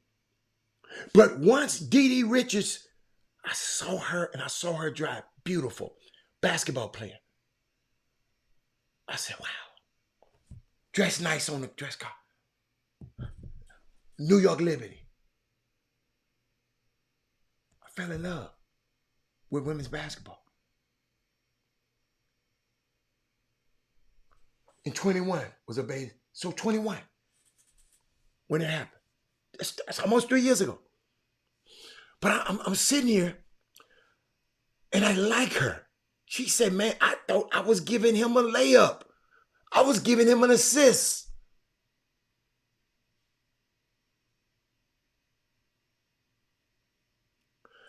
This is, you know what? He said, she said, this is where it's like, I know that folks have been asking. It just hasn't been happening. Now, whether that's a First Take, a Stephen A, or ESPN at large conversation, all of us are grown. But to act as if this is the preeminent sports space, and I'm so well versed, I'm a woman in sports television. I'm the one that's been here. She said, I think my miscalculations was assuming that the relationship had enough depth to challenge him. Because my friends and my people that I call in my circle, we can challenge one another. Y'all, that's heavy. Then he go on his podcast talking crazy. Y'all ain't never heard of Monica McNutt before, y'all. Y'all ain't never heard of Monica McNutt. You know, like most of y'all probably don't even go on his little podcast. But he went on there. After that day, he went on there that night. And what did he say? He said something. Kind of got to me. And I'm not just talking, I don't like this, man. See, in case y'all didn't know, Monica had already co-hosted her own show on MSG, Madison Square Garden Network. She has done color commentary for the Knicks, as I've told you, games on the radio alongside Mark Breen. She served as a reporter in the NBA Finals.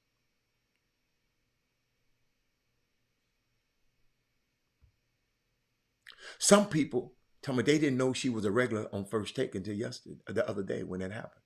Stephen A is suggesting that she's recognizable solely due to her appearance on his show. That's ridiculous. Monica McNutt,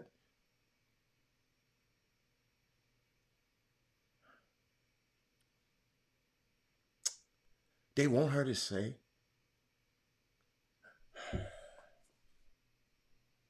I ain't gonna even say what I was.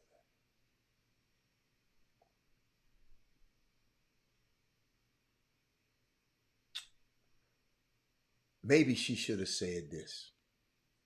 Maybe she should have said, black men support Caitlin Clark because they know what it is like to suffer from brutality and injustice, like he said about Trump. Stephen A. Smith probably wouldn't have been offended by that.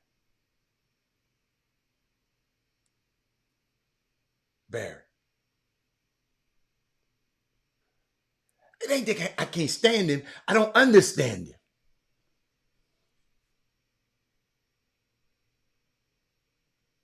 But he was nasty for giving that I made y'all stars approach to Andrea Carter and Monica Nutt. That's what I don't like. You never heard of Monica McNutt. You have now because she's on Face Tape a lot. That's what he said on his podcast that night. And I was curious, Stephen A. was just going to let it go. Or was he going to try to get his lick back in? You know how. Just let it go. Now, you know how. He had to try to get his lick back.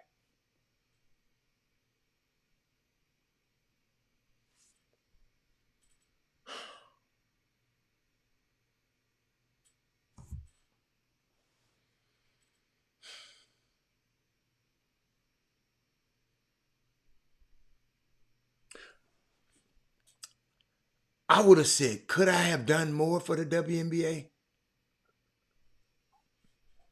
Guess what, Monica? I could have done more.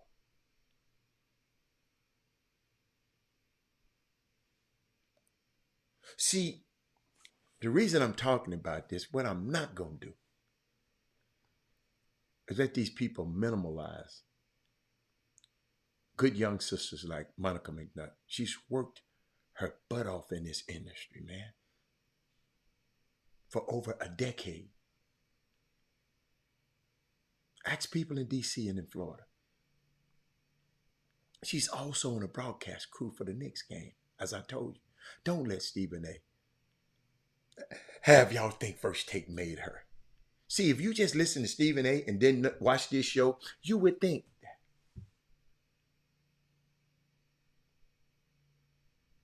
Stephen A.,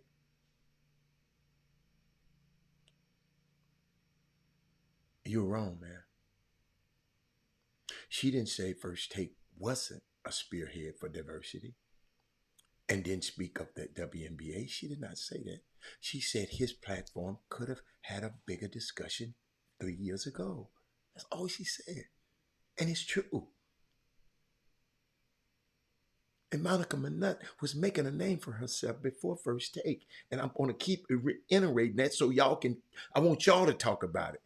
He didn't make her. Her talents made a way for her.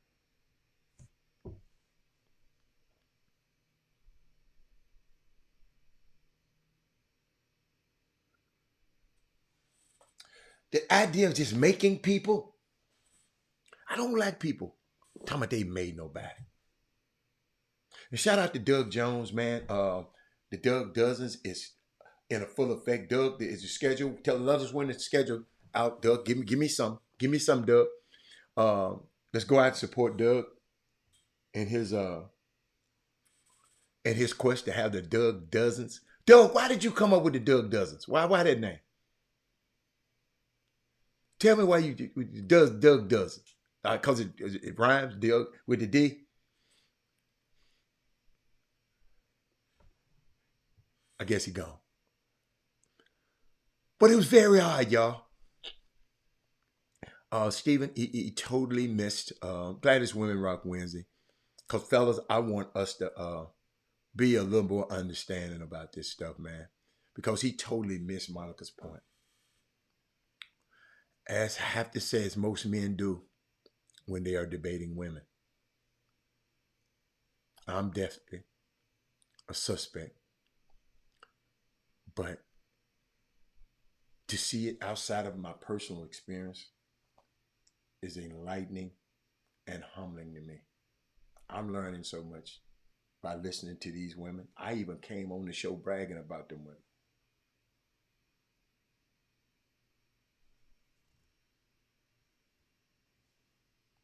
But just in case you didn't know,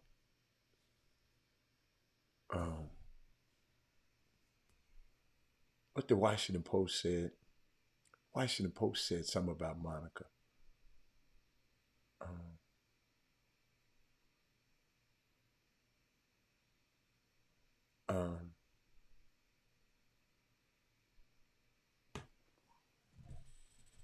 Washington Post said Monica McNutt is the best basketball analyst on TV. Y'all, let me tell y'all something. Her and Jim Jackson I promise you, them the two people I listen to most because they helped me because I didn't go to school for this stuff, and I have to announce basketball games sometime. But she's not just a W. She's not a W. Just not just a WNBA analyst, not an NBA analyst, not a college ball analyst. Just basketball. She do it all.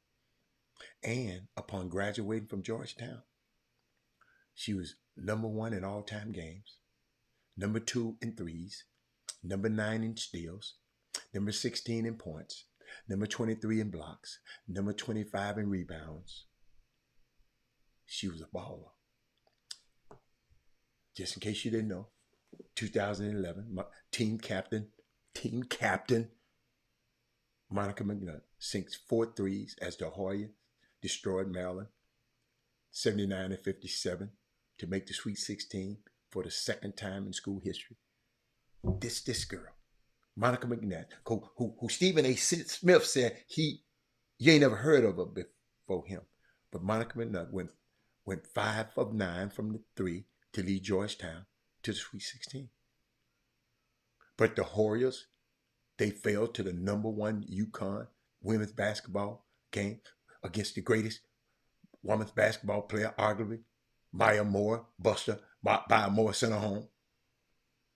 I don't know if y'all knew that. After graduation, McNutt pursued media, getting a master's in journalism and working her way up the ladder. Shannon Sharp and Stephen A. Smith took different routes that day on that show. Sharp invited Monica McNutt to Nightcap, his night show, to have a deeper conversation about it. And I'm glad she went, but I wouldn't have went. But I'm glad she went. But he let her talk about it. But that's all, man. I just wanted to share y'all, and I know it went over time. Just want to share with y'all. We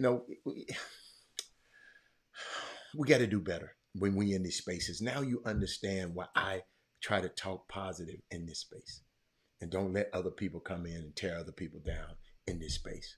It's a blessed space, so let's keep it that way. But I got to get out here. I got so many things to do. Women Rock Wednesday. Women You Rock. He said I told my wife about her, and when she first started, they've been missing each other's points on the entire topic. They both right. Why you say they both right? Why you say they both right? We'll talk about it tomorrow. You talking about they both right. What you mean by they both right? Nah, both of them ain't right. But I'm out of here. Melvin Dews, explain to me why you saying they both right. I ain't saying that. I ain't saying that. Yeah, okay. Y'all should come for. I need all the positive vibe. Doug need all the positive vibe. When you come in there, Doug, hey, don't come in there arguing. Don't come in there arguing with the referees. Doug. Why did you come up with the Doug Dozens? Why did you come up with that name? Right quick before I get out of here. But y'all don't come on. Y'all come to support the event, have fun. Doug, don't forget to send me the schedule, and we'll go from there. Okay, Doug Dozens this weekend at CE King. But I'm gonna talk about it again tomorrow. Don't forget Joe Young, Rick Ross on the 27th of June at the beautiful Encore. Indoor swimming pool, outdoor space. It's just unbelievable. Highlight the top 12. Oh, highlighting the top 12 players each week. Okay. Thank you, Doug. I like that. That's why Doug named it Doug Does. But Vernon Dean Foundation are giving a free Doug. All you little kids play football up there in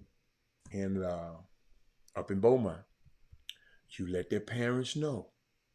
It's a free. I'm a board member on this foundation, and we got a free. I hate to say free, but we got a complimentary youth football camp, learning the fundamentals of football from Vernon Dean. Google him, along with current and former NFL players. Vernon Dean is a former cornerback, a Washington Redskins. I think he played Seattle too, a couple more places around. Collegiate coach and a current UFL coach. And Doug, they're having financial literacy talks with the young kids and mental wellness kit with the young people. This is in July now, so you got a month. July, 9 a.m. to 1 p.m. A-Leaf Crump Stadium in A-Leaf, the beautiful stadium out there. Okay, you got it. Okay, y'all, I'm out of here. We'll see y'all later. How'd I gotta go? Jim Hicks, Rob Hatter, you are now tuned in to the Chop Shop. I'm Retro, let's get it. We in the Chop Shop, we live in the Chop Shop. We talking sports talk, we live in the Chop Shop. We in the Chop Shop, I'm talking sports talk. So turn your dials up, it's live in the Chop Shop. We in the Chop Shop, we live.